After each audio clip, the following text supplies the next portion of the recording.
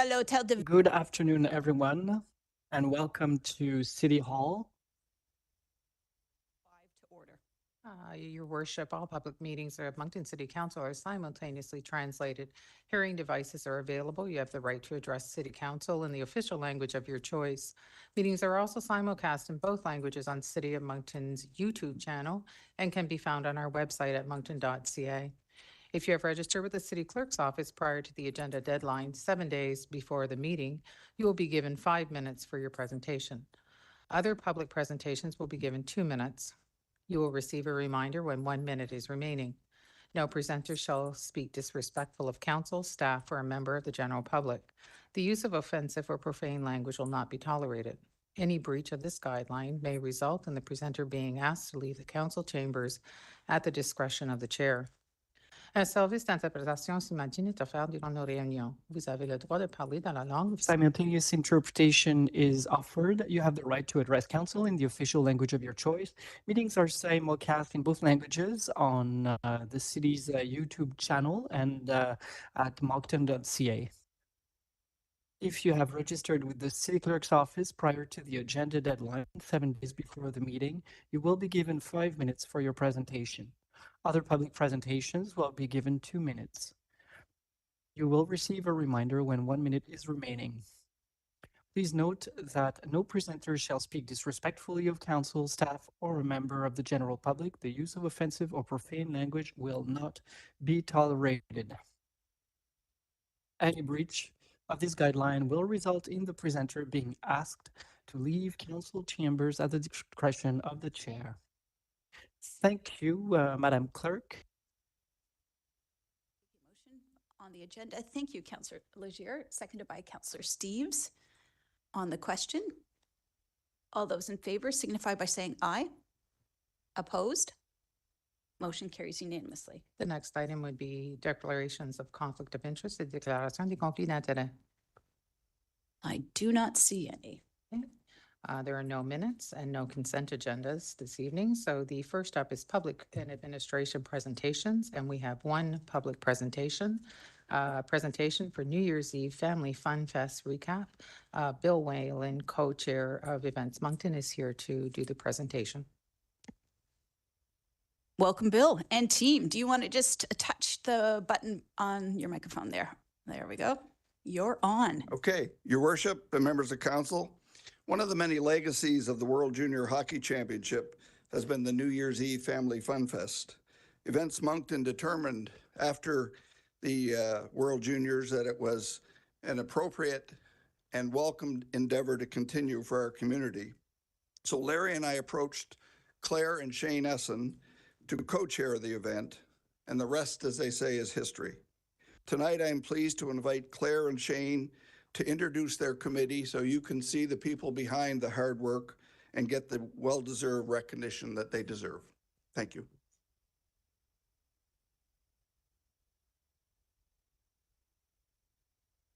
Welcome. Welcome. Thank you very much, Mayor Arnold. Thank you, Bill. Mayor Arnold, council members, city staff, guests, and members of the public. Good afternoon, and thanks for inviting us to speak to you today about the City of Moncton's third annual New Year's Eve Family Fun Fest. As Bill mentioned, we're joined this afternoon by 11 of our dedicated committee members. My wife Claire is going to introduce their names and ask them to please stand. So joining Shane and I today is Debbie McGinnis from the United Way, Brenda Teed, Natasha Ostaff with the Wildcats, Connor Woods with J.D. Irving, Charlie Taylor, Mike Belong, Jill Lavoie, Bill Whalen, Larry Nelson from Events Moncton, Vanessa Cormier, Chad Gautreau from the City of Moncton, and Councillor Marty Kingston.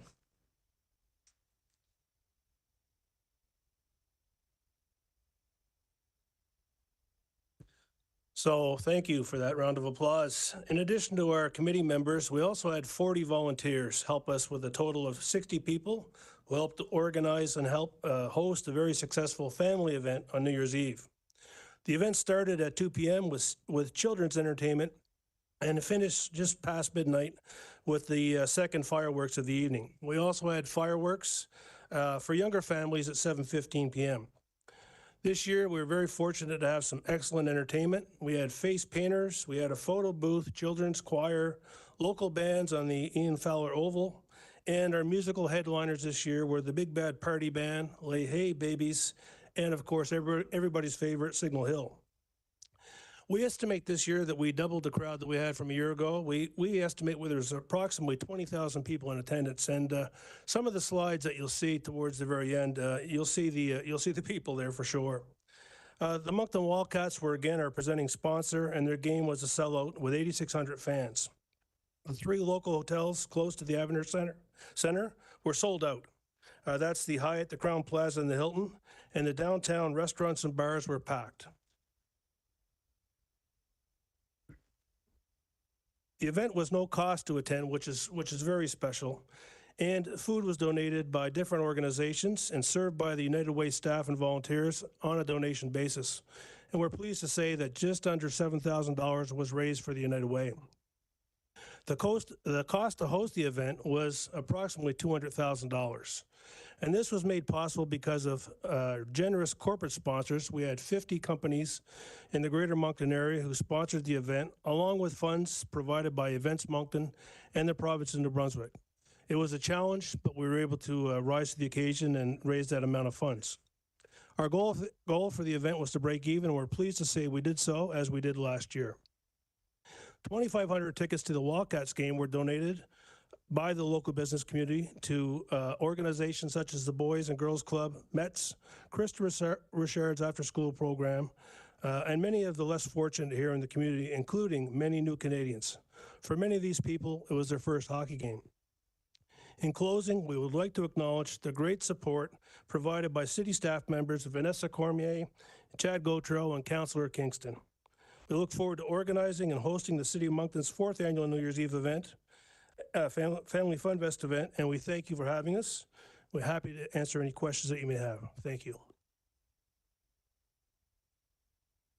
Terrific. Thank you very much for that. Questions? Councillor LeBlanc. Are you going to come back next year?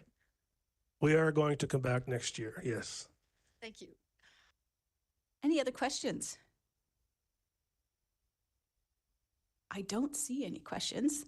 On behalf of all of the citizens, thank you for the amazing effort that you put into this. And I heard nothing but rave reviews, and that never happens. So congratulations. Thank you very much. It was really a great night. Thank you.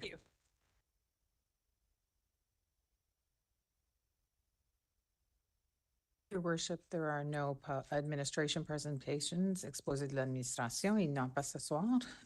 Next would be planning matters, les questions d'urbanisme. And the first up is introduction new rezoning application for 358 Ryan Street. And I believe that Dylan Geldart is going to be taking the lead on this. Yeah.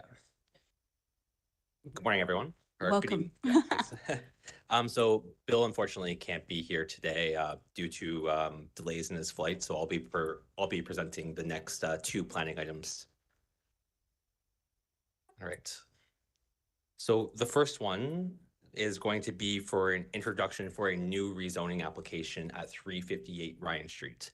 The property is currently zoned residential mix, and the owners, Diallo Development Inc., are proposing to rezone the property to R3, multiple unit dwelling, to permit a 3-story, 47-unit apartment building. So the property is located in the city's north end in Ward 3, generally located between the Horseman Road roundabout and Hildegard Drive. As some of you will remember, this property actually went through the rezoning process in 2024 when it was rezoned to residential mix to allow for a 24-unit townhouse node. Since receiving their approvals, the developer has cited unforeseen economic challenges associated with higher interest rates and the cost of material and labors that has rendered this project unfeasible. Due to the cost it was going to be to create each individual unit, and that being reflected in the rent. So instead, the applicants are requesting again to rezone the property from RM residential mix to R3 to permit for the apartment building. So the apartment is all going to be located within one building with a reduced footprint for each unit. So it should be relatively cheaper on per unit cost, which will then help meet their affordability goals. So here we have the site plan that was submitted by the applicant. The development proposal includes 47 residential units, which will consist of studio apartments, one-bedroom units, as well as two-bedroom units. The development will provide more density on site, so we're looking at an additional 23 residential units on the property compared to the previous plans. But at the same time, the building's footprint is going to be reduced to 23%, so a decrease of almost 10% of the building's footprint. The parking plan includes 175 parking spaces, representing a parking ratio of 1.6 spaces per unit. And the parking plan is also accounted for 16 long-term bike lockers that will be offered to tenants, as well as bike racks installed near the main entrance for visitors arriving by bike. So a key consideration in the review process was to help create an appropriate and attractive face of the building towards the street. And this can be particularly challenging when we have these narrow lots that are quite deep and the buildings are perpendicular to the road rather than being parallel with. Overall, we feel that the design here for the apartment building is appropriate. So yes, they provide a main entrance and everything fronting the street, but they've done a really good job of accenting that public entrance through articulation in the building's design and high quality building materials such as the cladding. They've also located the balconies on the corner of the building, which is a design element that we see in some of our higher quality buildings in the city of Moncton. So the next question you have to ask is, does an apartment building, belong in this area, in this location? And from a planning perspective, the North End is generally characterized as a low density suburb that features single and two unit dwellings. And while that housing type meets the needs of many people in Moncton, there is a growing need to introduce apartment buildings in these type of neighborhoods. And this is particularly important for two reasons. It's important for people who are looking for a housing option in these neighborhoods, but it's also important for those who are downsizing from their current residence who may choose to or wish to continue to live within their community. To evaluate the merits of apartment buildings in rezoning applications, the municipal plan stresses that apartment buildings should be located on our major streets where there's a high level of public transit. Ryan Street is a prime example of this. So Ryan Street was upgraded from a rural road to a collector street, which now is the main east-west collector in the North End, but also has a high frequency of public transit with buses. Route 50 would stop near this, just outside this site, approximately every 25 minutes. And then there are also painted bike lanes and sidewalks on both sides of Ryan Street.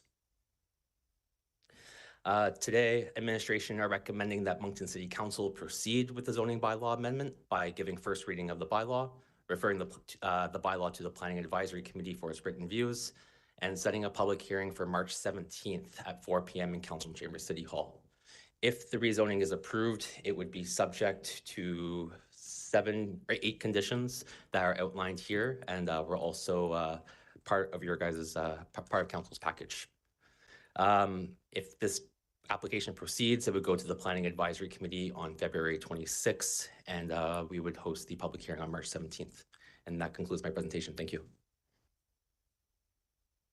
Thank you, Dylan. So as I think we got an email that we won't be officially voting for in favor, or no, we will still be voting, but we won't be noting the mover and seconder. Is there somebody who wishes to move this recommendation? Thank you, Councillor Butler. Is there a seconder for it? Councillor Steves. Terrific. Thank you. Go ahead, Councillor Bourgeois.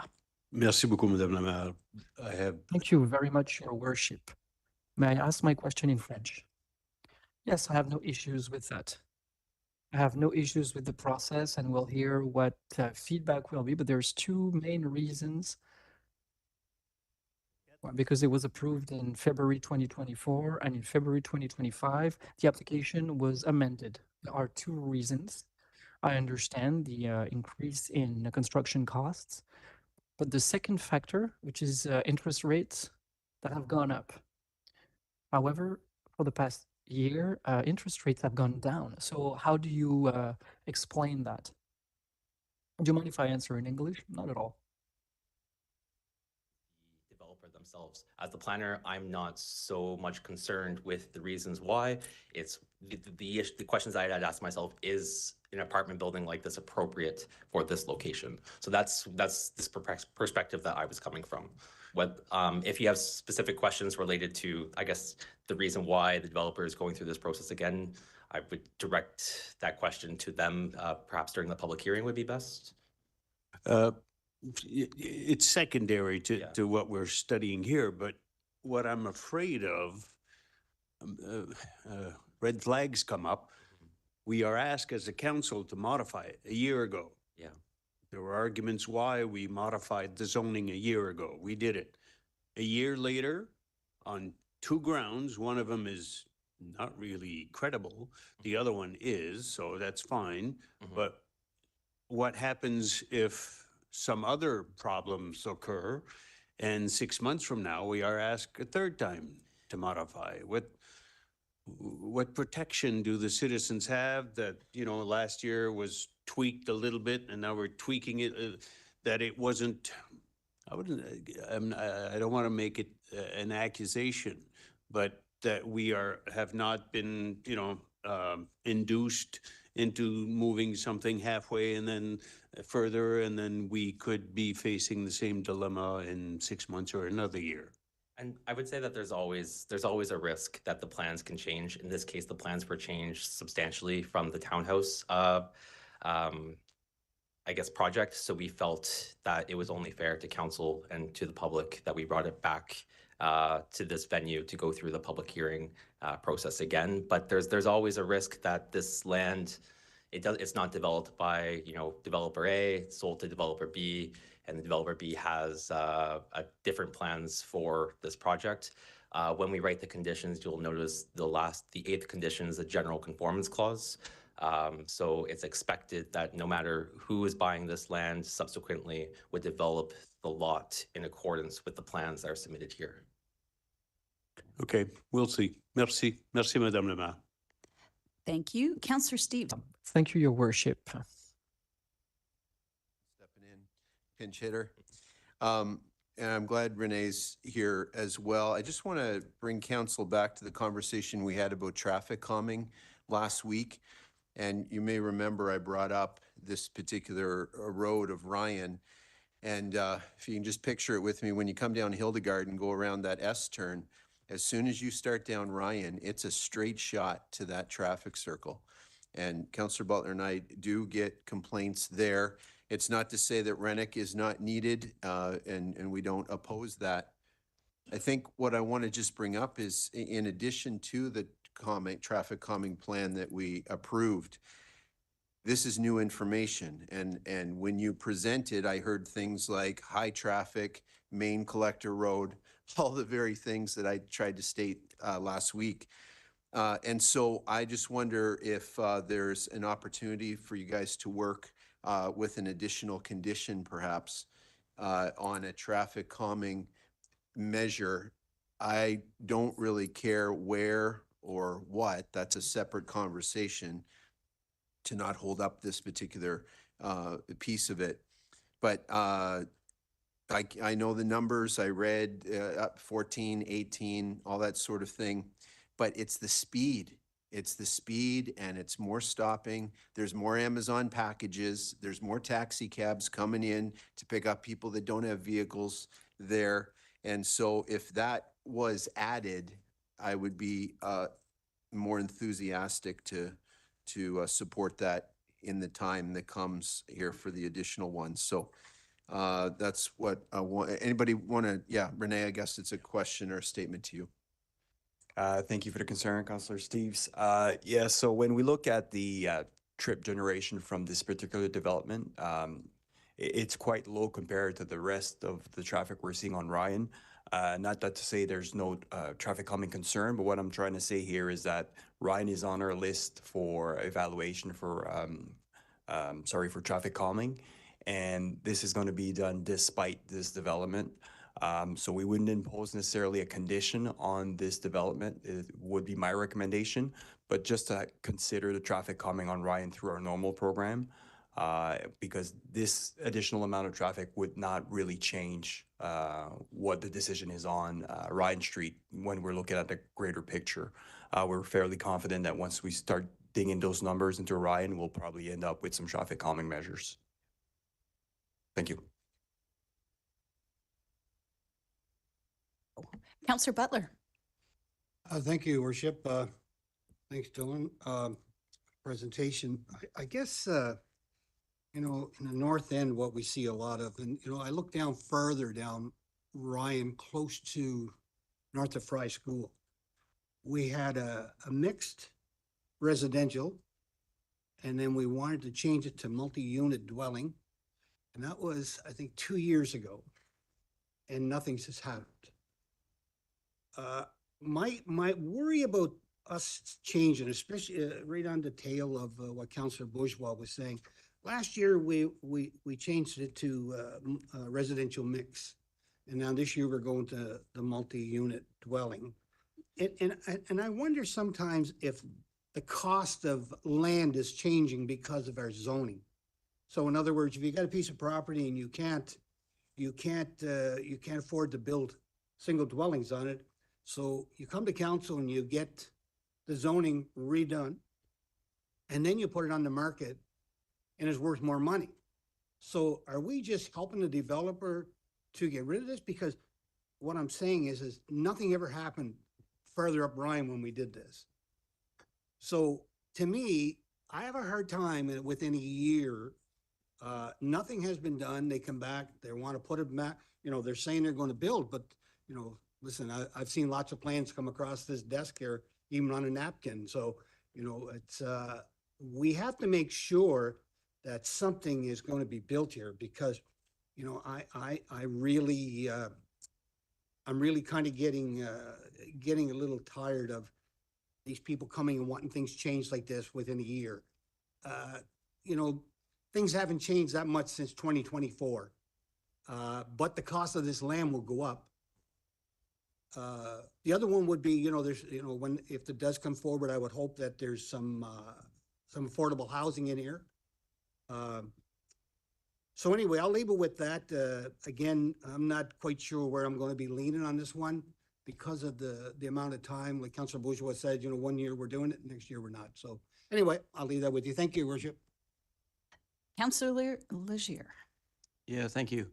I have a couple of concerns. I guess the first one is we're hearing more and more about the fact that, you know, we've certainly been successful in building apartments, but we're not very successful in townhouses and single family dwellings and even apartments with 3 and 4 bedroom units.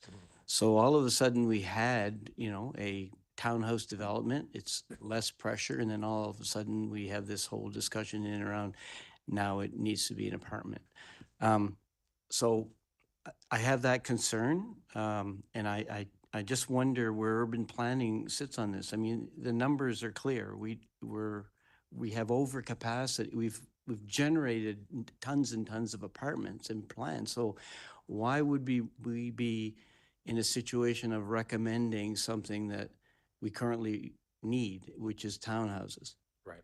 No, I can understand that. I guess I don't necessarily have the answer for you, but what I've seen in my time with the city is that townhouses had their time and place in the market where the cost of labor and materials was cheap enough where you could make it work. You could build a townhouse and rent it at $2,000 a month.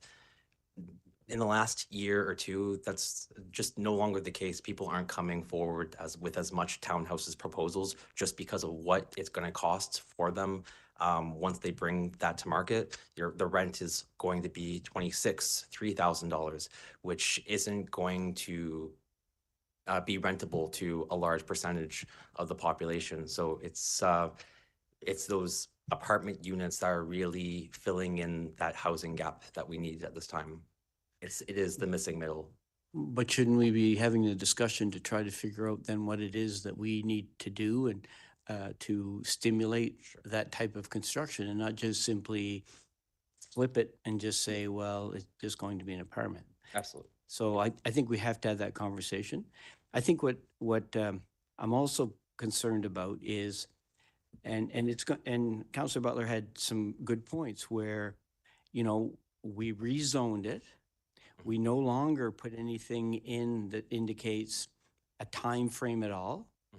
You know, why isn't it that this was why we rezoned it for this plan? This is what is allowed. This is a time frame. Perhaps if the time frame doesn't fit, there can be a apply to extend the time.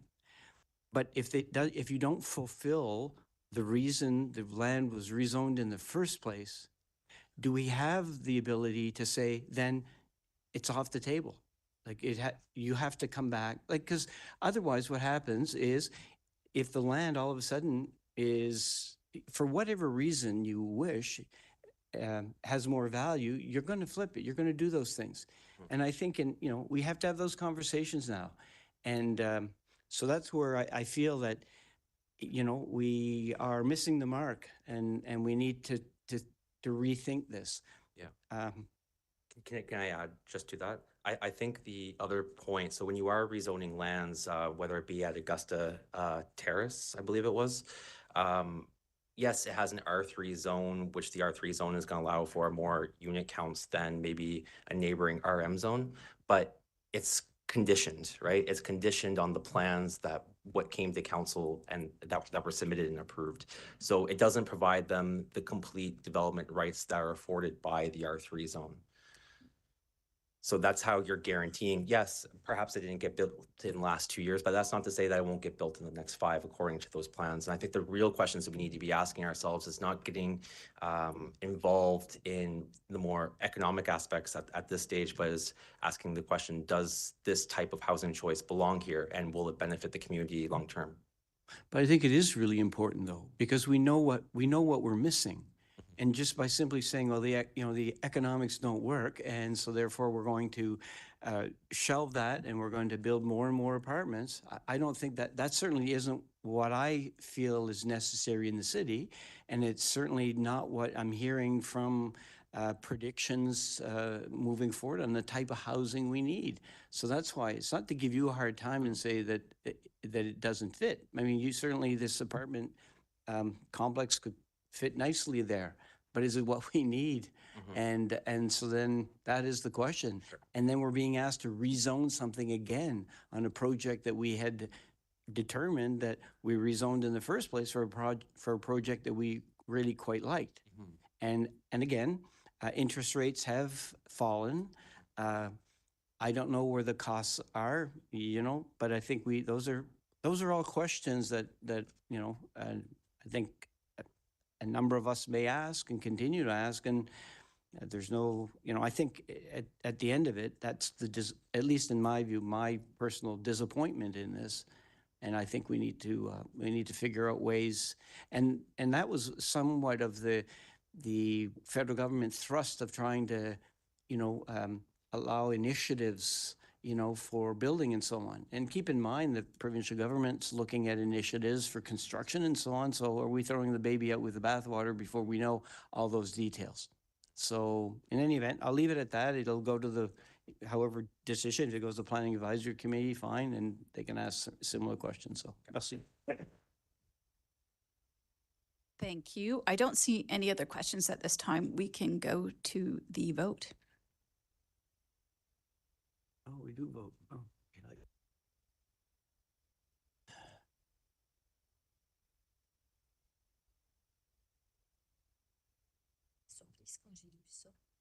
Terrific. Thank you, Dylan. And the motion passes unanimously. The next item is a public presentation for the Urban Boundary Amendment 70 Queensway Drive, and Dylan is here once again.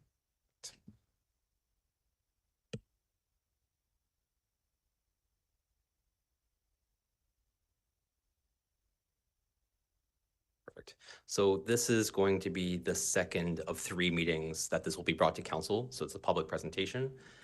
Fens Market Inc. is proposing to develop a new commercial lot at 70 Queensway Drive. The commercial development will feature 3 commercial tenants. You'll have a gas station and convenience store, a Denny's restaurant, as well as a Starbucks. The property is currently zoned and designated highway commercial in the zoning bylaw and the municipal plan.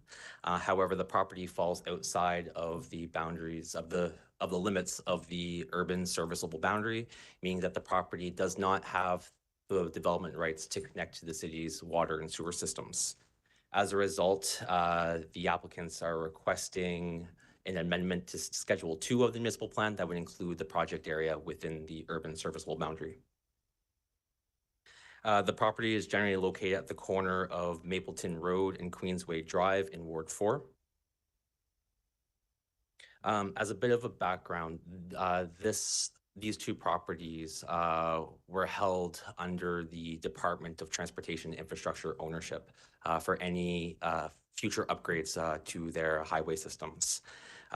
However, in 2023, they determined that they no longer had a use for this specific lot and initiated a lands disposition process where it was then acquired by Fens Market Inc. with the idea of developing the land according to the zoning for commercial use. So once the 2 properties are combined, it will have a total area of 3.5 acres and 275 meters of frontage on Queensway Drive. As I mentioned, the properties are already appropriately zoned to accommodate the commercial businesses and no changes are required to the zoning itself. Instead, council is being asked to explore the merits of including these lands within the urban serviceable boundary so they can be serviced by municipal water and sanitary. It's also important to note that if for some reason the urban boundary amendment is denied, the applicants can still proceed with the commercial development, except they would have to use an on-site septic and well system. So here we have the site plan that was submitted by the applicant. The commercial building will have approximately 920 square meters of commercial space that's divided between those 3 tenants. They're proposing 2 driveway entrances on Queensway Drive that will grant access to the lots. The development will also feature an 8-pump gas station and 10 electrical vehicle charging stations. The Denny's restaurant will be more of a sit-down establishment. Meanwhile, the Starbucks will have that sit-down component, but will also have a drive-through component located on the south of the main building and parking area. So the applicant has submitted 3D renderings in order to provide a more detailed illustration of the lot layout. And as is required with all urban boundary applications, we ask them to submit 3 studies. So the first one is a cost-benefit analysis. And overall, the analysis determined that development will generate approximately $45,000 in tax revenue per year, and that there are no real additional significant costs that are going to be imposed on the city if this development moved forward. And what the study would have looked at is it determined that you have Queensway Drive that is fully built out to municipal spec. You have sewer and water currently running underneath of Queensway Drive, so there's no additional expansions to the infrastructure necessary there. Fire and police services are already served the area, so there's no additional cost to continue those services. And then the other thing that we looked at would have been waste collection. So in this case, waste collection is going to be the responsibility of the property owners and not the city. The second study was a servicing study. So overall, it was determined that there is sufficient capacity to support the development's water, sanitary, and stormwater management needs. So excess stormwater will be captured through a series of catch basins in the parking lot, but they're also planning to have a retention pond that will be located on the southeast corner of the lot near the Trans-Canada Highway. Finally, the third study was a traffic impact study, which was the purpose of it was determine the traffic volumes that will be generated from this development and what impact, if any, it's going to have on the surrounding street network.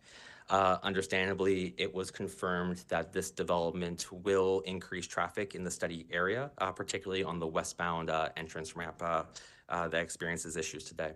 but most of these trips will be what are called pass-by trips. So they're not going to be new trips that are being added to the system, but rather by people who are passing by this area on a regular basis. So people will essentially, exit the Trans-Canada Highway via the eastbound or westbound ramps. They'll stop at the development site and then they'll continue on to their original destination. The study also identified operational issues at both the westbound and eastbound exit ramps, and these are a result of existing conditions and not a result of this development, obviously, considering that they're existing today.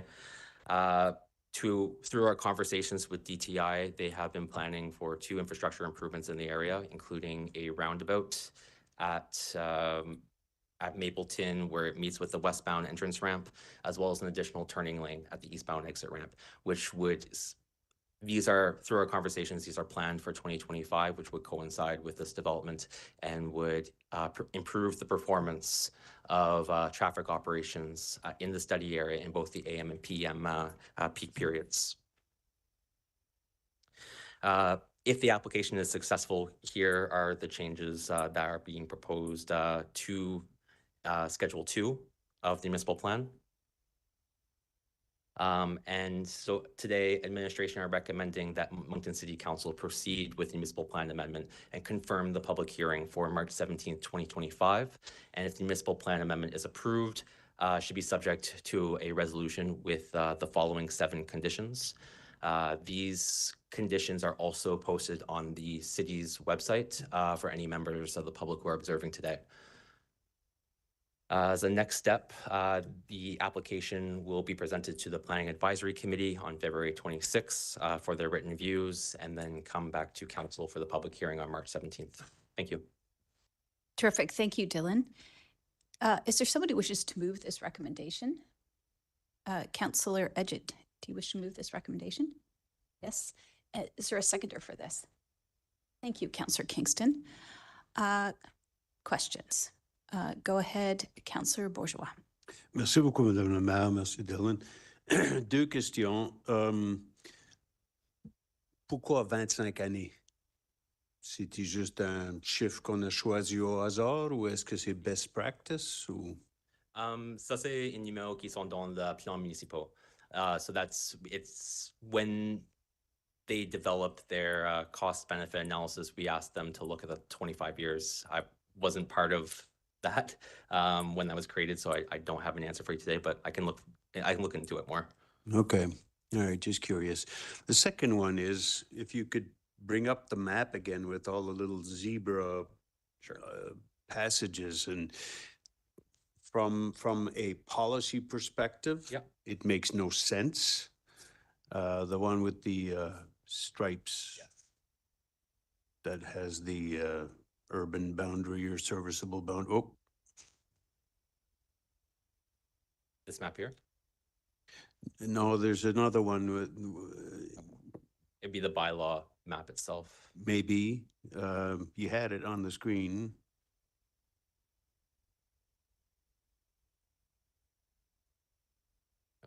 Right there. Perfect.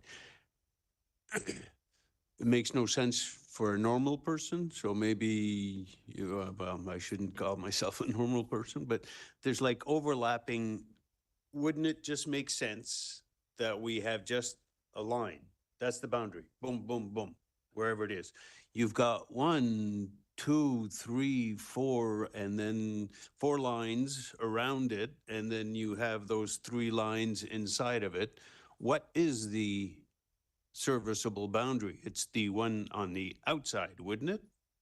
Correct. It's the one on the outside. And so why do we have the same lines on inside of the serviceable boundary? Is there a different serviceable boundary? No, there's only the one in this case that we're dealing with. And I think the best part, I think it was map 3 in the slideshow, shows exactly where that is. But what will happen, what that map is saying is that it will be included in. So it's not this slide, but this one here. So if you look at the map on the left-hand side, that's showing where that yellow bold line is the urban boundary today. What that other map is showing is that the portion that's highlighted in red will essentially be included within the urban boundary. So there'll be a new, that yellow line will essentially move south closer to the Trans-Canada Highway is what it's trying to articulate.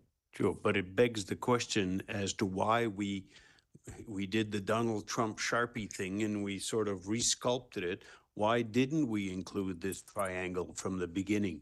If the pipes were already there, and I mean, it wasn't our land, it was provincial land, I can get that, but even if it was provincial land and it was serviced, why wouldn't we draw the line initially the right way, which is what we are asked to do this time? Right. That's a really important question of this.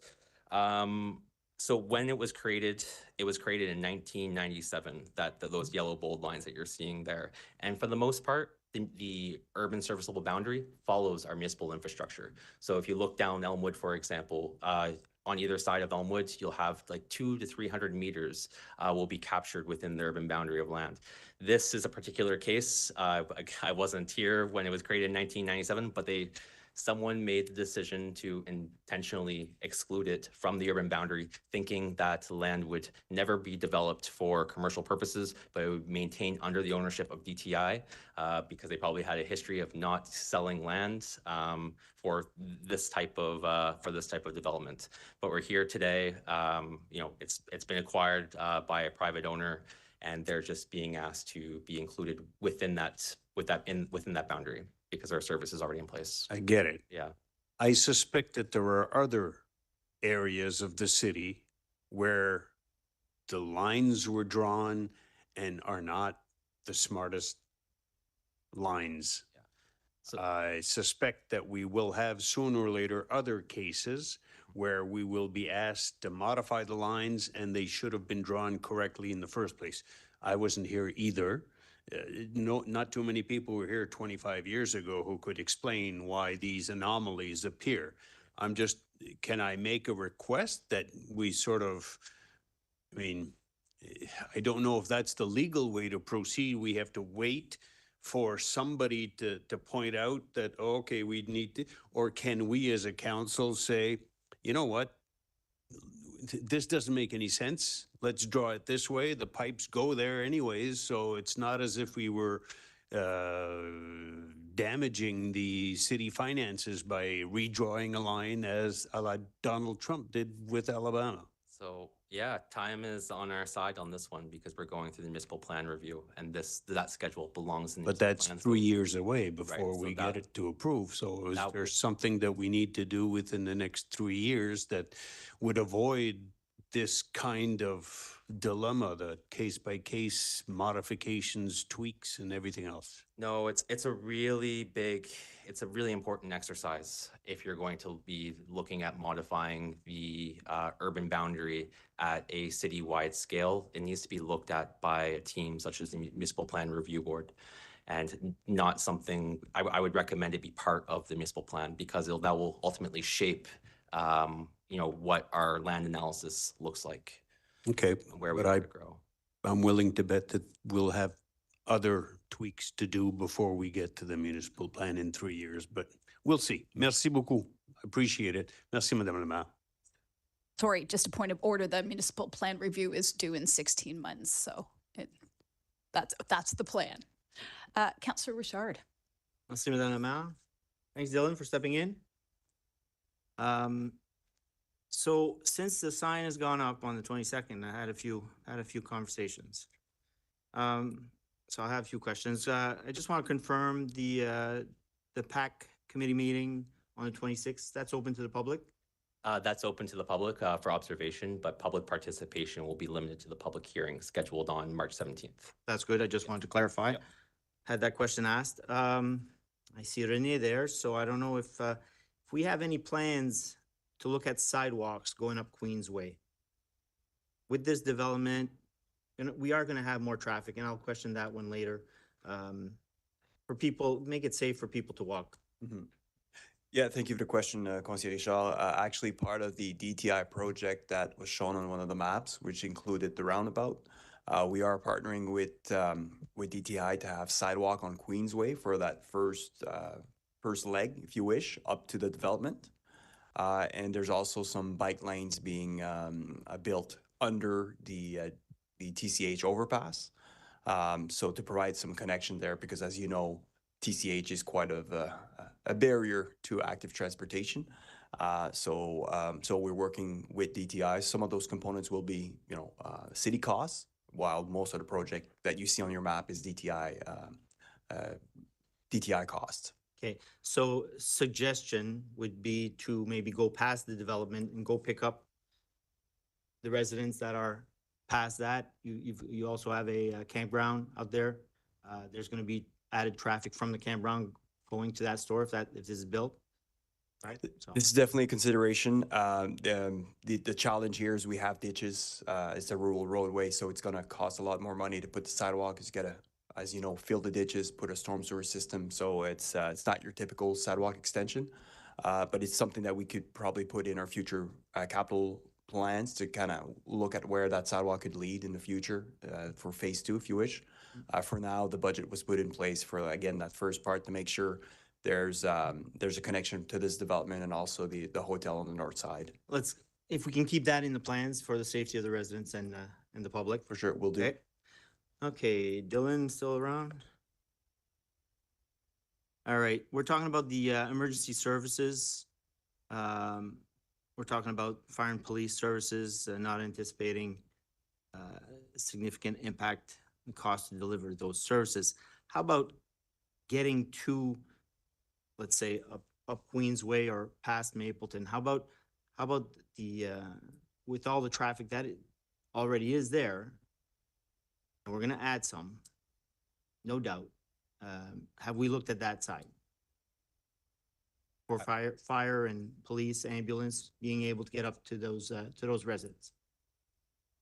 It's more of a transportation. Yeah. Congestion. Yes. It all falls all on the traffic. And that roundabout, Yes. we have no dates.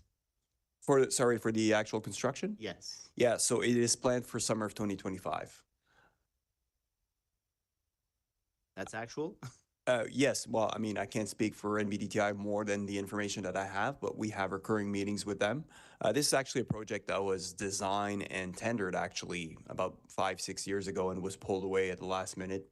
The change of government, I guess now it's back on the table. That's all I can say, I guess, at this point.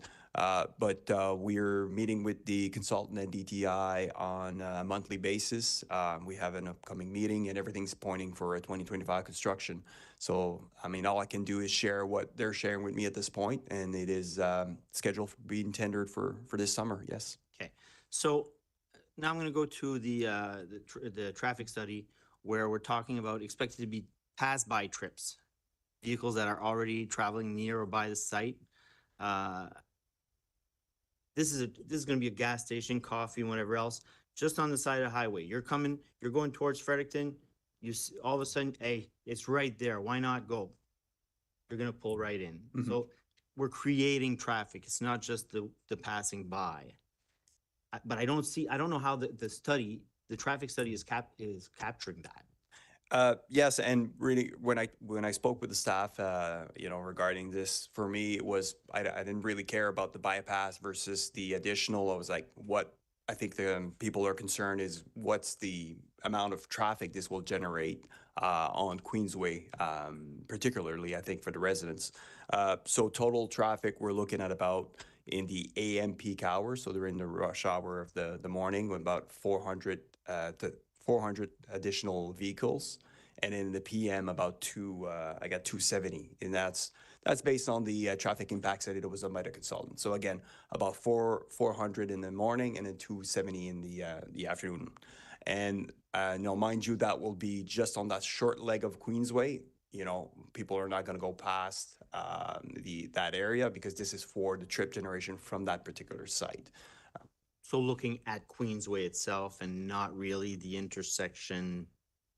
It's basically what this development will generate as as traffic, and as we know, that will be the shortest route will be from the highway to the site. So again, it's the impact on Queensway. Queensway is really that first part. So when we're talking about these numbers, it's additional traffic on that short section of Queensway and then on Mapleton and onto the highway. Okay, and I understand the roundabout and the, left turning lane on the eastbound, off-ramp is DTI. Correct. But these numbers that you're talking about should be added to and trying to push DTI to get that roundabout in sooner than later. So. Yes, very good point. Those are numbers, and that study was shared with DTI to make sure that their design incorporates it, and then the volume can accept it, and it does as well. And just to note, I don't think it was mentioned that the intersection that doesn't have a roundabout will have a signalized intersection there. It will have traffic lights. Yeah, okay. So one of the slides, location map, it's one of the, it's the same slide that Councilor Bourgeois was looking at, I believe. No, oh, sorry, before. Yeah, way before. There's two right there. So in the left-hand image, there's a creek going right straight through that property. And on the right, it's gone. Yeah, so there, this would have been, we noticed the creek, and it was, I believe it's identified on Department of Environment's website. So we would have circulated this to them, and it was determined that it doesn't fall under the definition of a watercourse. And there's no need for them to submit for a WAWA permit. I'd have to check on that, but I believe it was more or less a ditch that's located on site. Okay, so they have no environmental to do with that. There's no environmental concerns with this development moving forward. No, Okay. it is not a watercourse. Okay, how about the trail, snowmobile trail number 646? It basically lines up with the Cherry Lawn, and then it goes along front of Queensway westbound. I'm not sure where the snowmobile trail is located today. What I can say is there are no particular easements or encumbrances for the snowmobile trail registered on Service New Brunswick today. And if there would be something, who's looking after that, or who would be looking after that? The developer himself? Or? If they use part of this property, they can speak with the developer about creating a right-of-way agreement with the developers for that purpose. That would be legally binding and registered on title. But as of today, there's nothing registered on title. There's nothing there. Okay, because it's showing on their maps online. So. Okay. So for myself, this recommendation, without the roundabout in place, works in the property owner's favor and not for the residents that have been coping with the huge amounts of traffic at the intersection of Mapleton and the westbound off-ramp, plus the eastbound off-ramp to the left, turn left on or north. There's still a question of the provincial trail, the creek you've answered. I'll be voting against this until we get some legitimate action. Thank you. Councillor Crossman. Thank you, Your Worship. Dylan, thanks for the presentation. Renee, could you just come to the mic? I want to make sure that I heard you correctly before moving along. The traffic circle you said was a provincial initiative last year, 2024, and they're looking at doing it this year. Do we have that in writing? Have we received a letter from the new level of government or new acting government that this is actually going to take place? Thank you for the question, Councillor Crossman. The roundabout was actually planned about 5 years ago. That's, okay. Just a minor correction there. We don't have anything in writing per se as far as a letter of commitment because this is their highway system. What we do have is a good partnership as far as sharing knowledge, sharing what the projects, upcoming projects are. And this project is well underway, under design, really getting close to tender season. Everything is moving in that direction. So I'm not sure what would pull this out of their list at this point. But again, we're not in control of that, obviously. All I know is that everything is in motion, and then everything's looking for the 2025 construction, which is what they've been telling us for. Okay, my only concern becomes if this process is forward and moves forward and is successful, that the developer holds off based on the idea of a roundabout. you know, and the province doesn't come through and build the roundabout. So that's the reason why I wanted that conversation with you. Another conversation with you, you had mentioned there'd be a signalized traffic light at the other exit. Are you speaking the south of the Trans-Canada Highway? Because this development is north of the Trans-Canada Highway. Correct, yes. So the, I guess the north interchange would be a roundabout, as you see on the drawing, and the south interchange, just south of TCH, would be a signalized intersection. And the DTI did consider doing a roundabout at the southern intersection as well. It kind of made sense to have two roundabouts there. But through the design process, they determined there was actually a creek. There was some complication with some environmental permits, land acquisition issues, and so they've decided to move along with just the signalized intersection for now. Okay, and that'd be at their cost, is that? Correct. Okay, good. And my last question on traffic flow. It's nice to see that the roundabout on the north side of the Trans-Canada Highway could alleviate the pressure of the cars backing up on the Trans-Canada Highway heading west, which is good because that's a very big traffic concern. Previous to Costco being up that street, it was 10 times worse, but it seems to always get worse. The Mapleton Road and Queensway exit, so turning right onto Queensway, no looking at a right-hand turning lane to get people into Queensway quicker and allowing traffic to continue straight up Mapleton Road. I know there's a sidewalk there now, I understand that, but I'm just curious to know if the road is wide enough that you can do two lanes, one allowing traffic quicker access to Queensway to avoid that intersection. Yeah, thank you for the concern and the question. That was looked at through the traffic impact study. So there's a sort of things that they would look at in the traffic impact study, what kind of recommendations would be required, and this did not came out. Okay. Yeah, and something to consider is whenever we have these slip lanes, we want to call it, it does tend to increase speed as well. So we won't put them in if obviously if they're not required as part of the traffic volume study. Okay, good. Thank you for clarifying. Thank you, Your Worship. All right. I don't see any other questions at this time. I think we can go forward with the vote.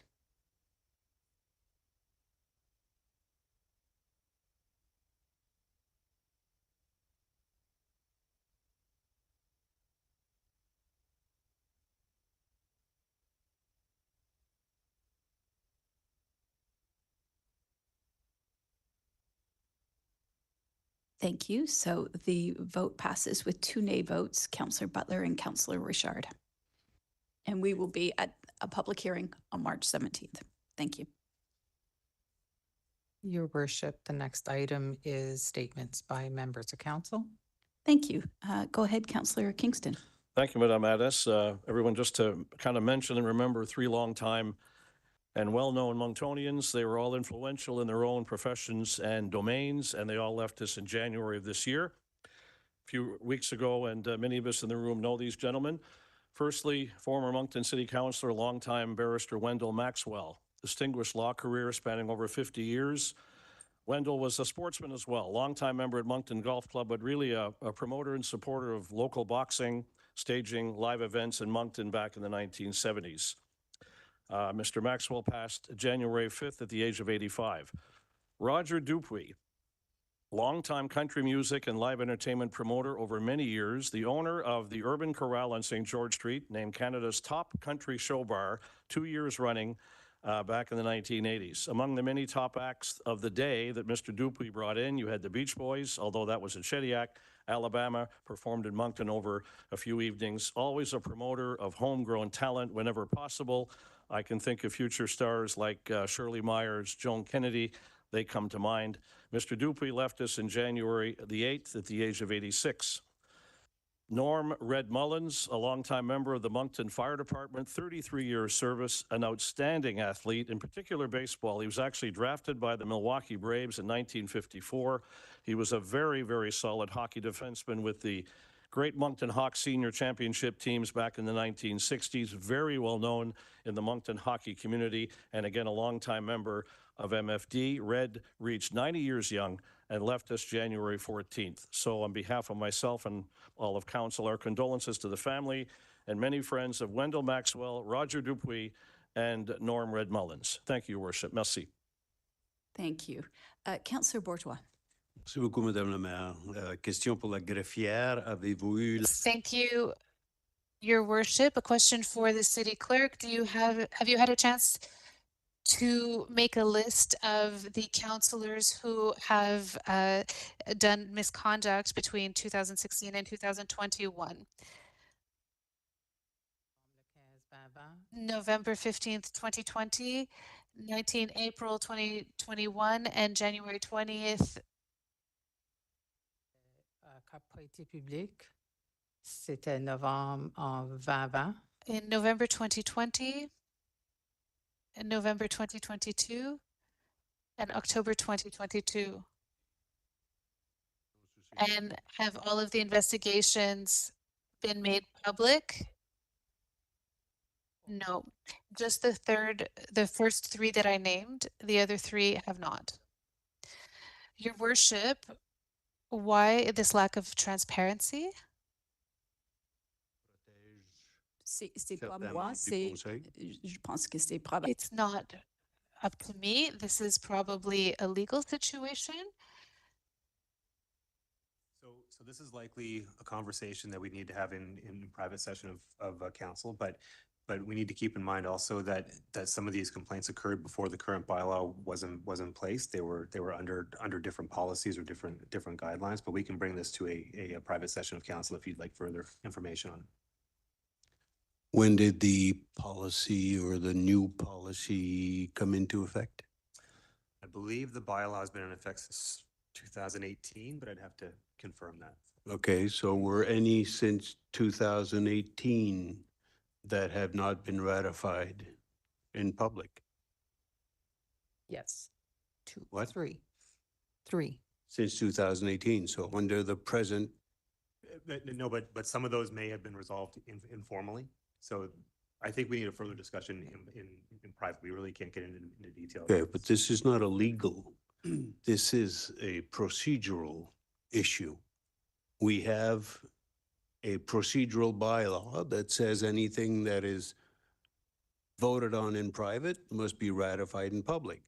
So since 2018, that's 7 years that we have had, correct me if I'm wrong, but let's call them convictions or otherwise, that should have been ratified in public. That is not your, I guess, your concern. This is the mayor as the person who is responsible for preparing the agenda for council to make sure that whenever we have a decision made in private, come back to public, right?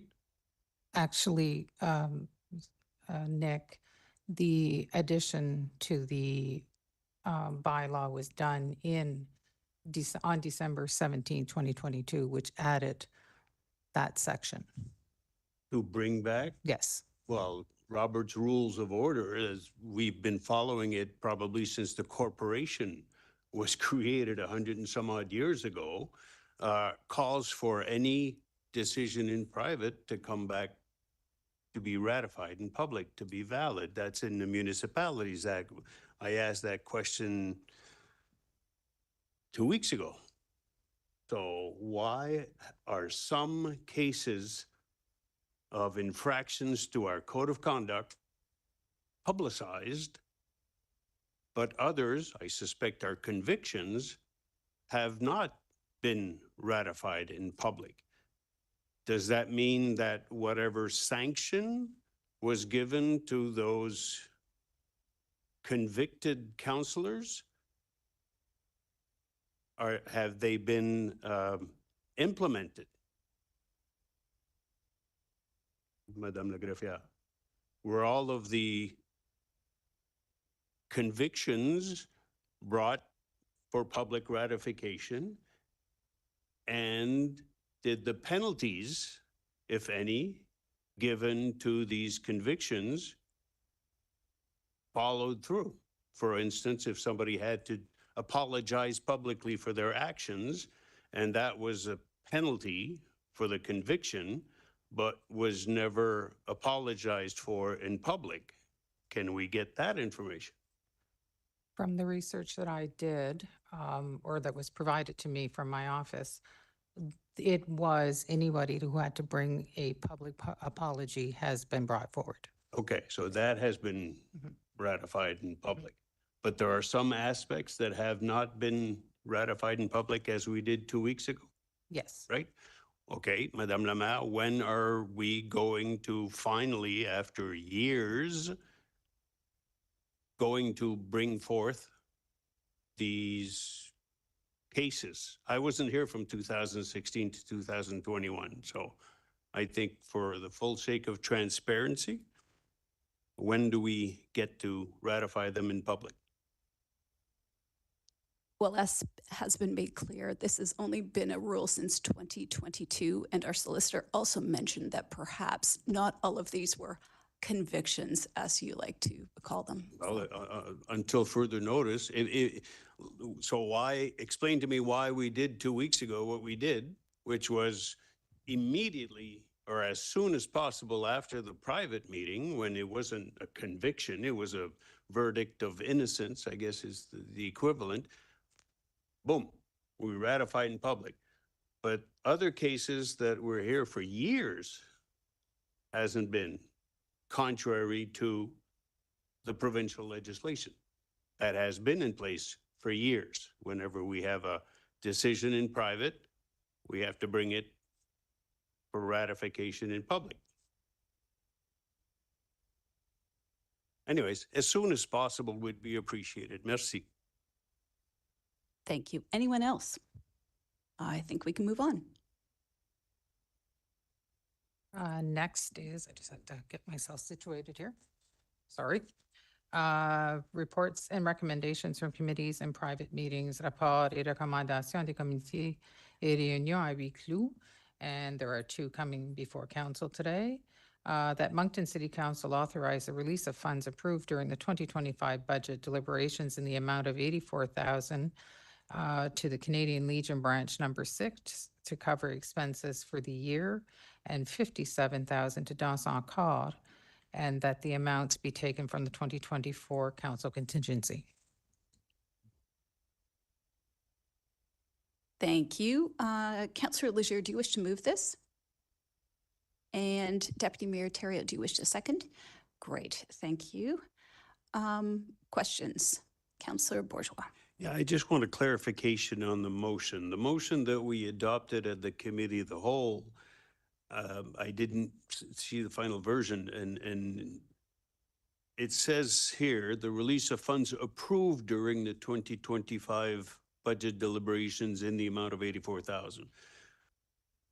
Is that the amount that was approved? I thought it was 77,000, but during the committee of the whole, we added 7,000. So did we budget 84,000 or did we budget 77,000?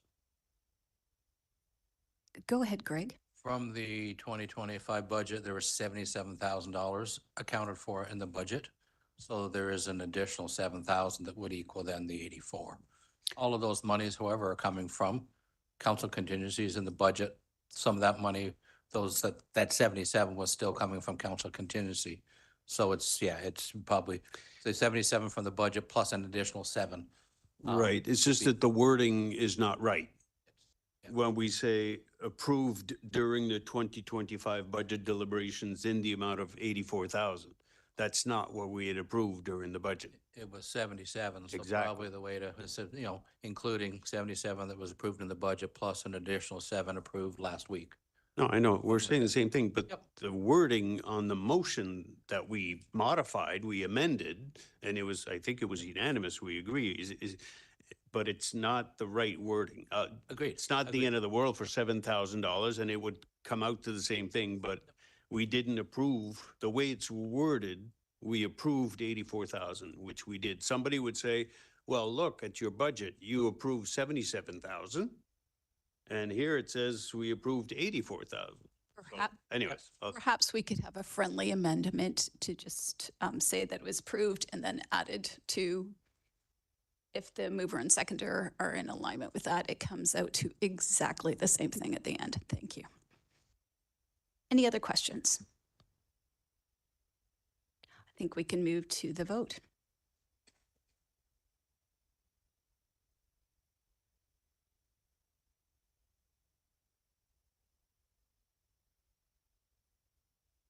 Steve.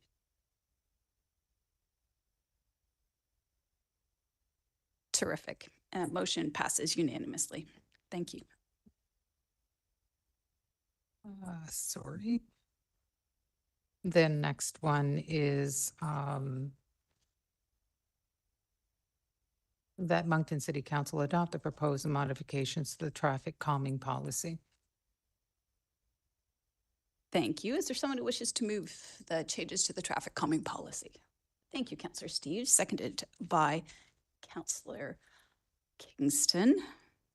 Any questions? I think we can go to the vote.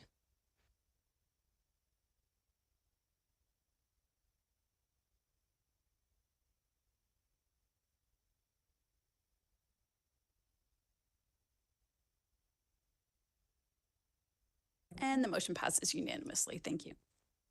Next is reports from administration et rapport de l'administration.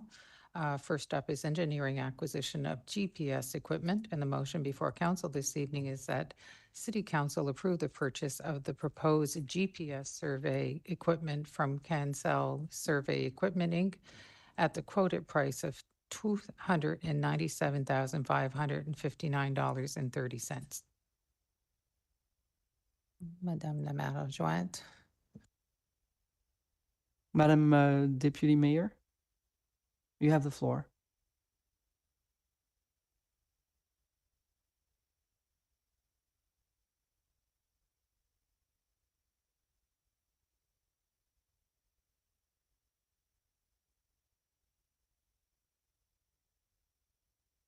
So we have a motion. Could I have a mover and a seconder, please?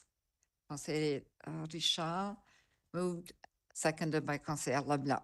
Merci. Any questions, discussion?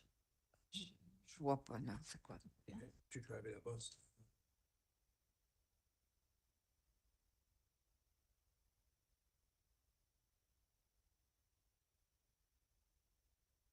Conseiller Butler, Councillor Butler.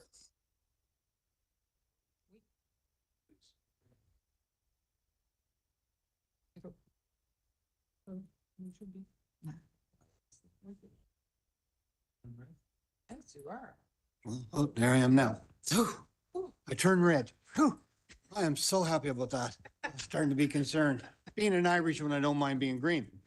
I guess my issue is that, you know, at the very bottom of your, it says that Trimble Inc. is located at United States of America.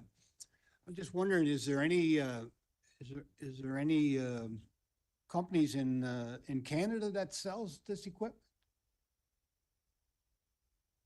Sorry, just if you just press your button on the podium, there we go. Voila. Thank you for the question, Councillor Butler.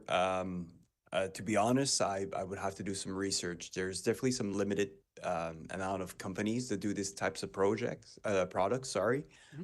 And this is definitely one of the main, players in the game, if you wish. And we do have all of our software and all the other equipment is with this company, and that's why we're kind of invested in keeping the same as far as when it comes to sole sourcing. Yeah, I see your point, but at the same time, you know, we're having tariff issues with United States, and I would think that it would be, if we could postpone this for a bit, maybe even a week or so, that we could find out if there's anything in Canada that could match our software and work with it. Yes, if council decides to do so, we would do more research on, well, first of all, this particular company, what's the tie with Canada? And obviously there are some representation here in Canada going through the manufacturer, but we could give you more details on that if that's council's wish, for sure. I can't speak for council, but it'll be mine. I'll vote against it unless we can get a change here. Thank you, Your Worship. You could make a motion to postpone if you wish. Do that. Okay, go ahead. Get red again? Oh, sorry. There you go. I don't mind. I would make a motion that, amendment to the motion that we have our staff look at if there's any companies in Canada that can fulfill this So we can postpone. Yes. Yeah. Oh, sorry, I forgot the very end. Postpone. Thank you. And it's seconded by Deputy Mayor Terrio. And on the motion to postpone, should we do the voting? Yeah, on that? Okay. I'm sorry, just, I didn't know we were going to the vote. I just want to make council aware that there was a rebate, involved here. And we'll ask the manufacturer if the rebate is still valid with this extension, but we may lose on that. I just want to make sure there's clarity there. Thank you. On the vote to postpone? Oh, sorry. No, we can't. Unfortunately, it's not debatable, a motion to postpone. Sorry. Yep.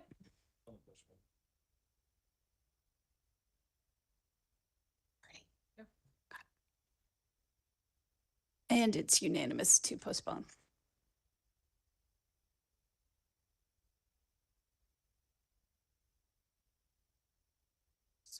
Turn my mic on. Next is CN invoice for Edinburgh Rail Crossing. The motion before council this evening is that City Council directs administration to pay CN the invoiced amount of $122,546.87, including HST, for the work completed on Edinburgh Drive Railway crossing, and authorizes administration to pay the remaining work to be completed in 2025 up to a maximum project cost of $168,000.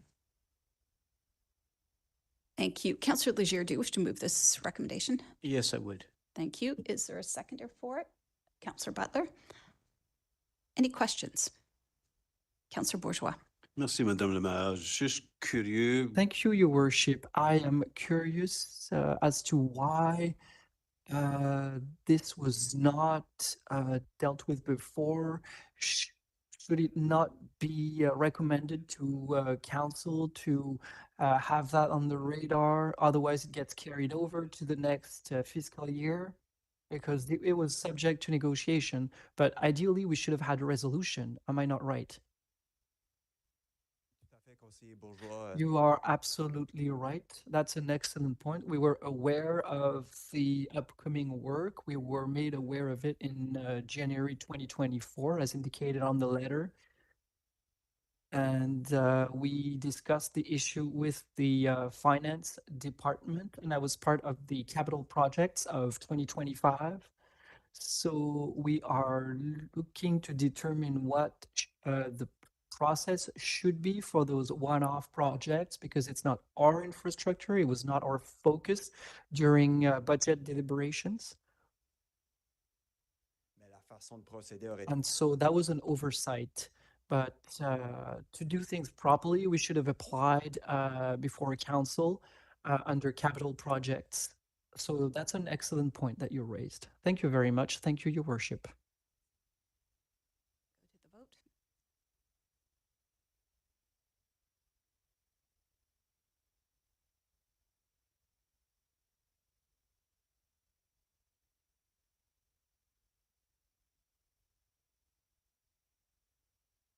And the vote passes unanimously. Thank you.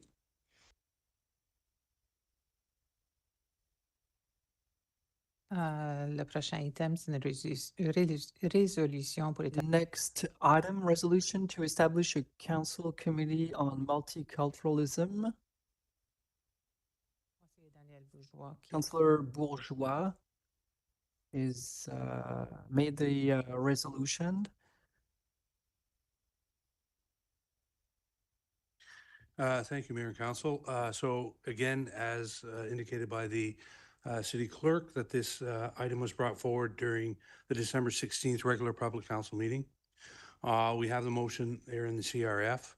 And as staff were preparing the background of this item, it became apparent that it would be helpful for staff to provide a detailed account for the highlights that highlights our commitment to access to diversity and inclusion.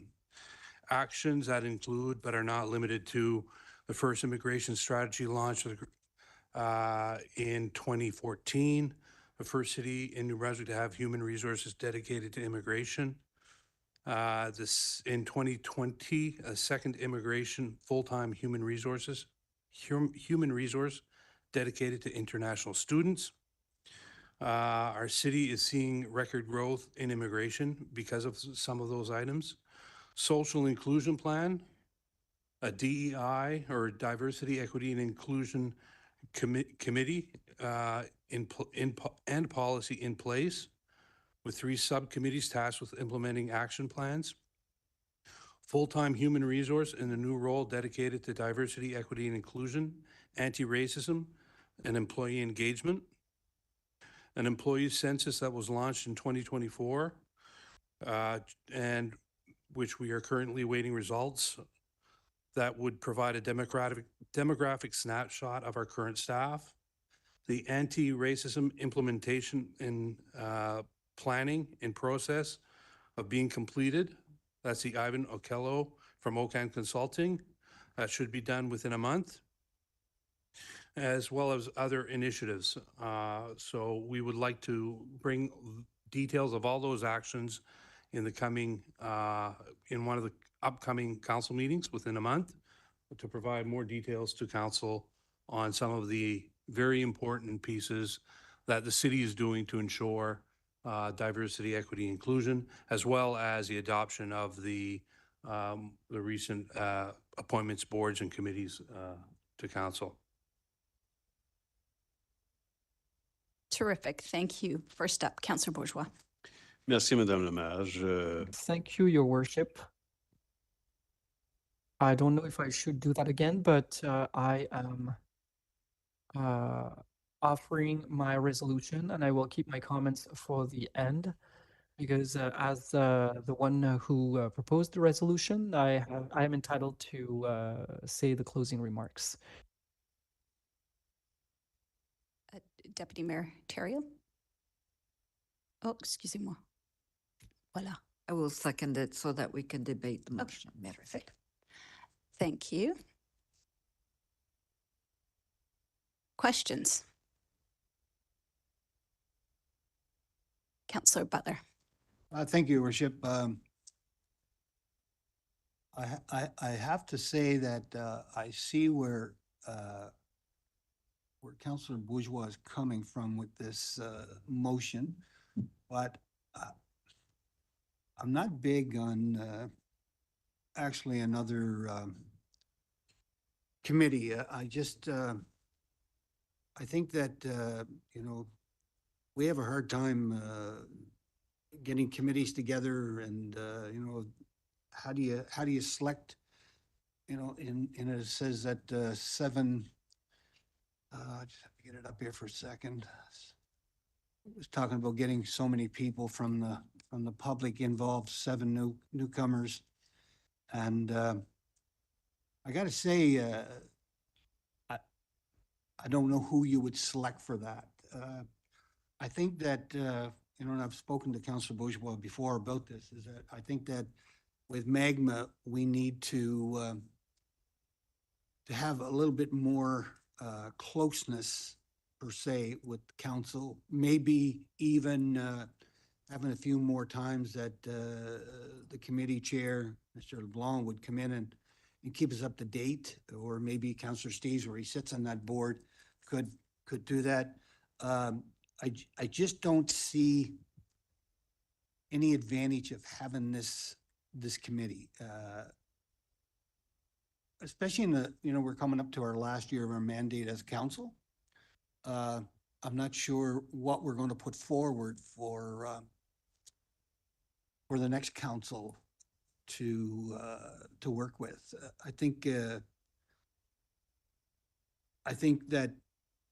the last committee we tried to put together, it was just absolute chaos. And, you know, the selection for another committee would, that is so involved and intertwined in the community would be, I think it would be chaos again. I just think that we have a lot of groups in the city that are already working on this. With the official languages, with multiculturalism, equalization, equality, and inclusion. I'd like to hear from Councillor Bourgeois on what he sees are the benefits compared to what we have now. So I'll leave that to him, and as of right now, I probably wouldn't be supporting it. Thank you. Councillor Bourgeois, did you want to address that?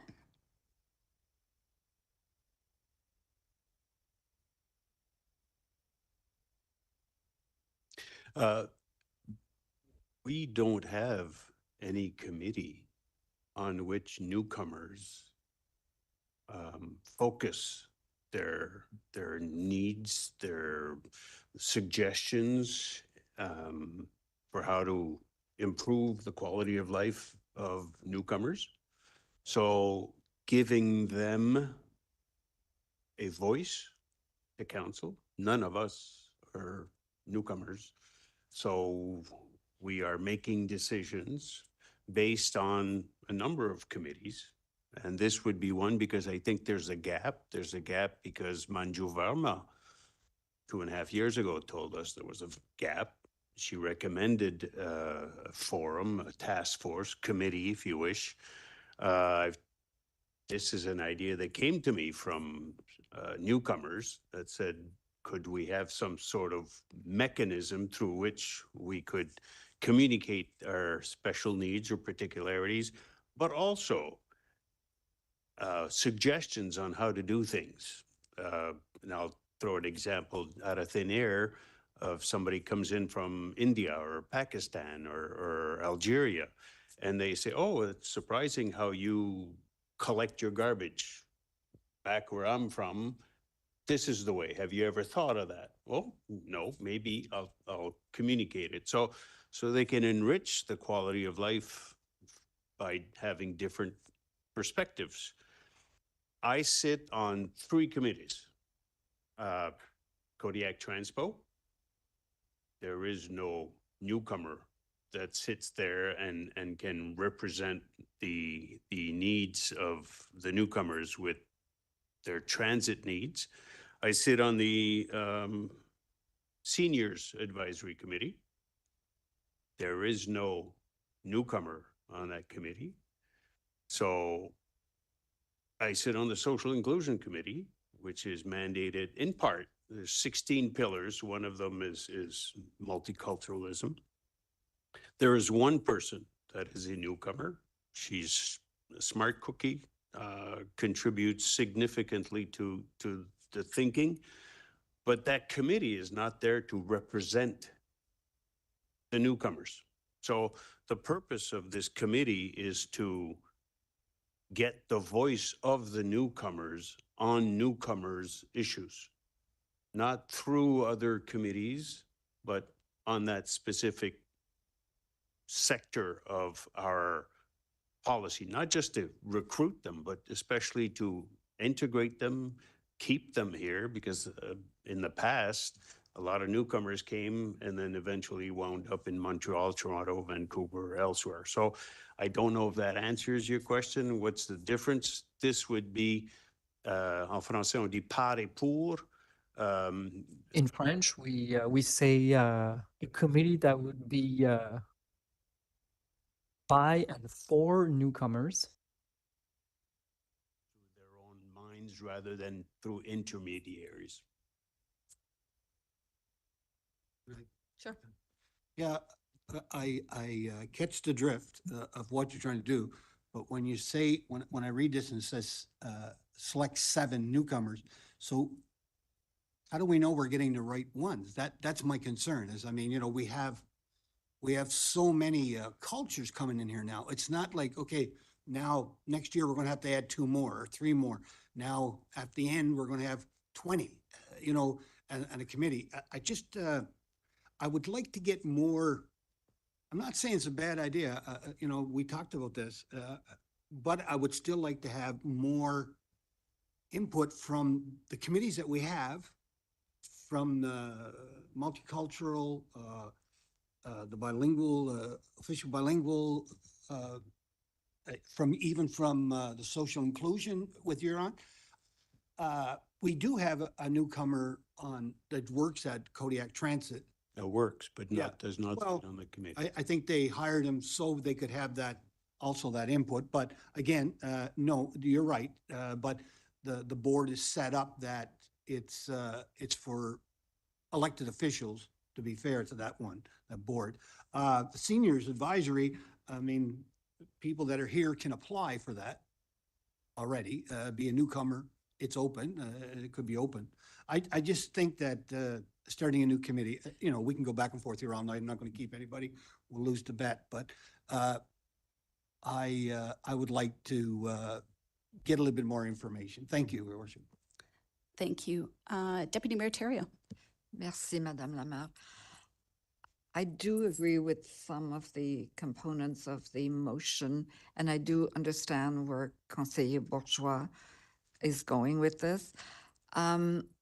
I do appreciate, though, the city manager's proposal of looking deeper into what we already have.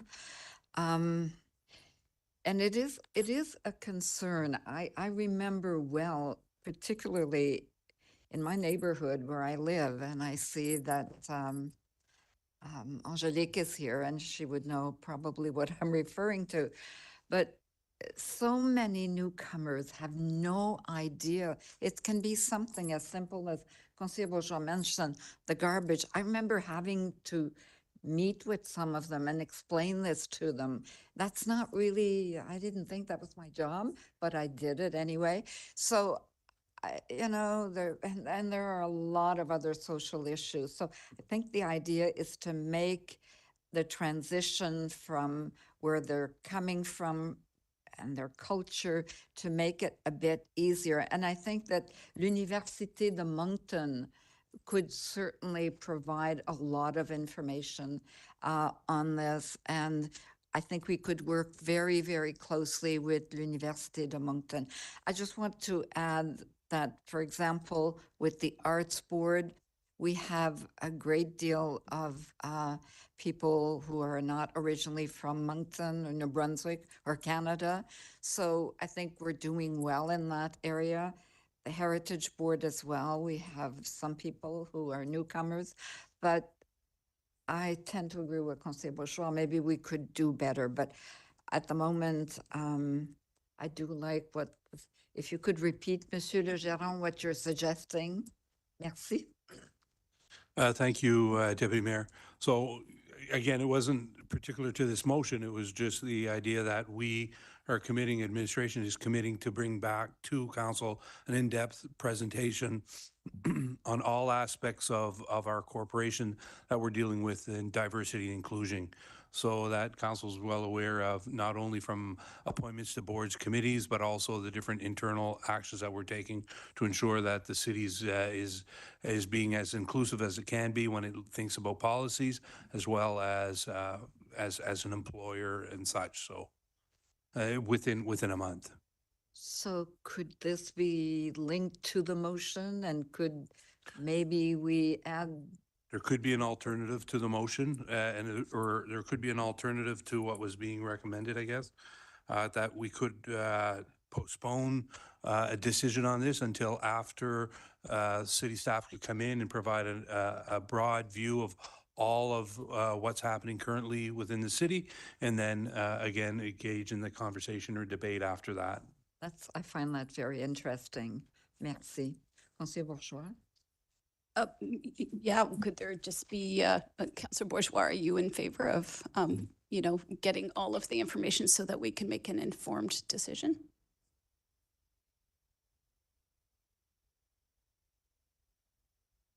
That's not my call. If somebody wants to make a motion to postpone, I think that's the way we proceed normally. Okay. Motion to postpone. Councillor LeBlanc, do you wish to make a motion to postpone? Yes. Is there a seconder for a motion to postpone? Thank you, Councillor Kingston. On the motion to postpone, we will go right to the vote then.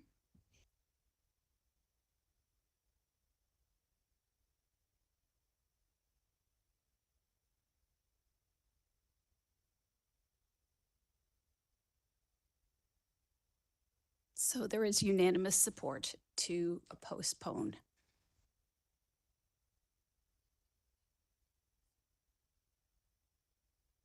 Thank you. Okay, the next item is reading of bylaws, and there's one this evening, and the following bylaw will be posted online in lieu of reading them into the record at a future meeting pursuant to section 15.3A, 2A and B of the Local Governance Act, or same can be faxed, mailed, or emailed to interested parties who, at their request, just contact the clerk's office. So the first bylaw is a bylaw, an amendment of a bylaw relating to the adoption of the City of Moncton's municipal plan, being bylaw Z 222.42, 356 Ryan Road. It's the first reading. Arrêté portant modification de l'arrêté concernant l'adoption du plan municipal de la ville de Moncton. A bylaw, an amendment of a bylaw relating to the adoption of the City of Moncton Municipal Plan, being bylaw Z.2-222.42, 356 Ryan Street, first reading. Never mind. Just trying to get you guys to vote more. Next would be the notice of motions and resolutions, avis de motion et résolution. And we have a few this evening. The first is a deposit to General Operating Reserve Fund, whereas Section 101 of the Local Governance Act of New Brunswick confers powers on the City Council to create a general operating reserve fund, and whereas the said act requires that deposits made into the General Operating Reserve Fund be authorized by resolution, and whereas the City Treasurer recommends a deposit of $991,033 be the budgeted 2025 deposits from the city's general operating fund be made to the general operating reserve fund. Therefore, be it resolved that authorization be granted for a deposit in the amount of $991,033 into the general operating reserve fund. Terrific. Thank you. Is there someone who wishes to move this recommendation? Thank you, Councillor Butler, seconded by Councillor Edgett. Any questions? We can go to the vote, I think. Debate. Here.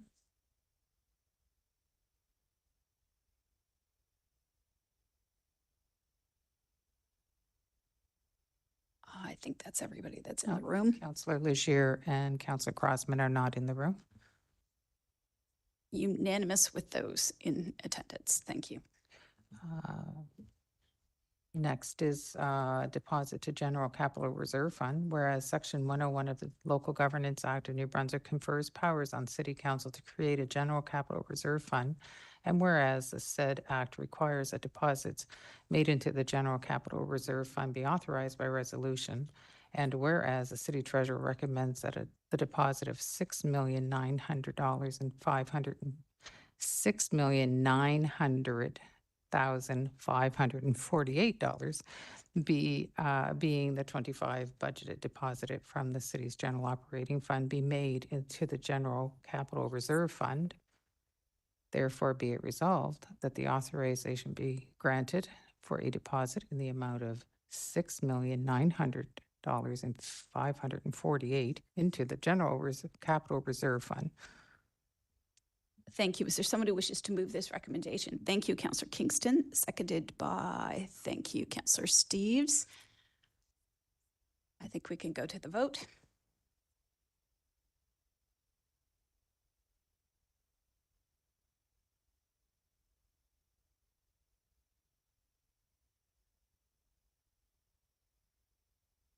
And it is unanimous with who is in the room. Thank you. Councillor Crossman is not in the room.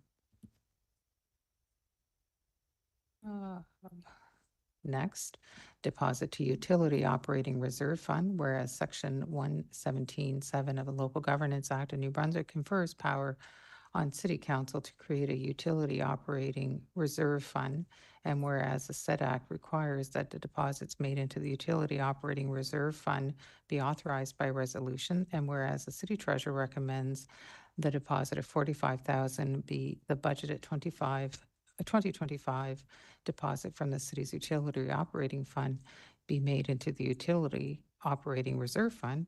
Therefore, be it resolved that the authorization be granted for a deposit in the amount of $45,000 into the utility operating reserve fund.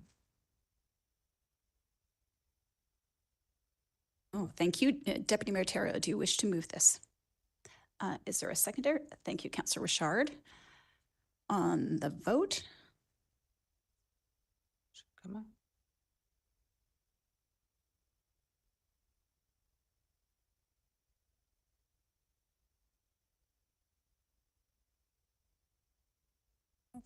It's voted. It's unanimous. terrific. It's unanimous. Thank you.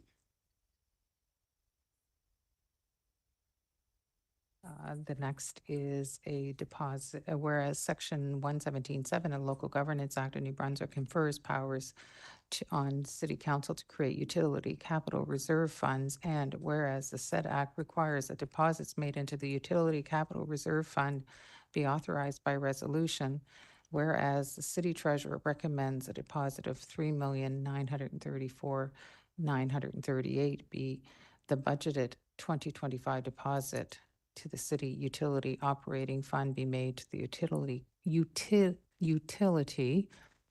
capital reserve fund. Therefore, be it resolved that the authorization be granted for a deposit in the amount of $3,934,938 into the utility capital reserve fund. Terrific. Thank you. Is there someone who wishes to move this? Thank you, Councillor LeBlanc, seconded by Councillor Legier. I think we can go to the vote.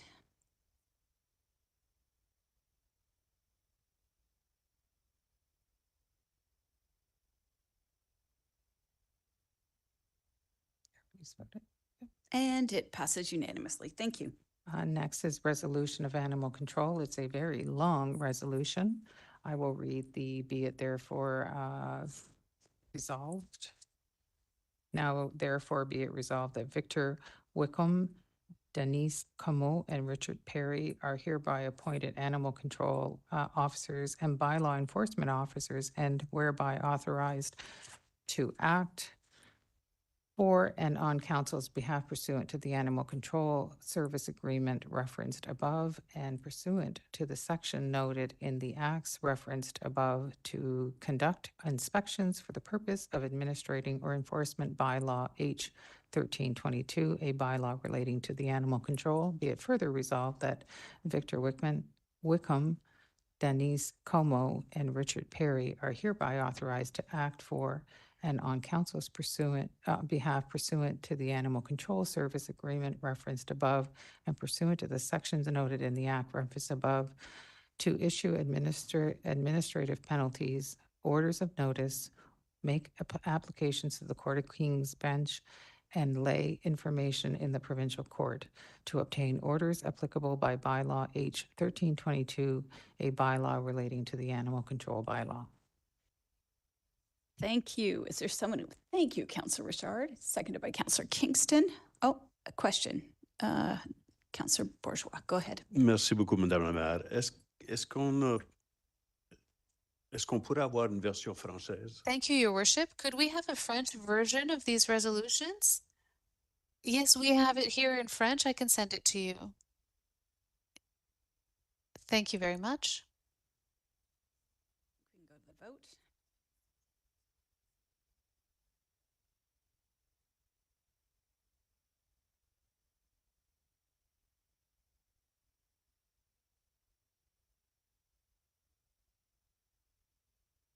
I know. Promise it works.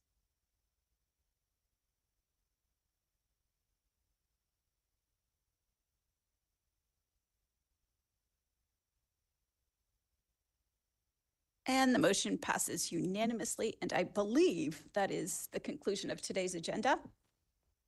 I would take a motion. Thank you very much, Councillor Richard.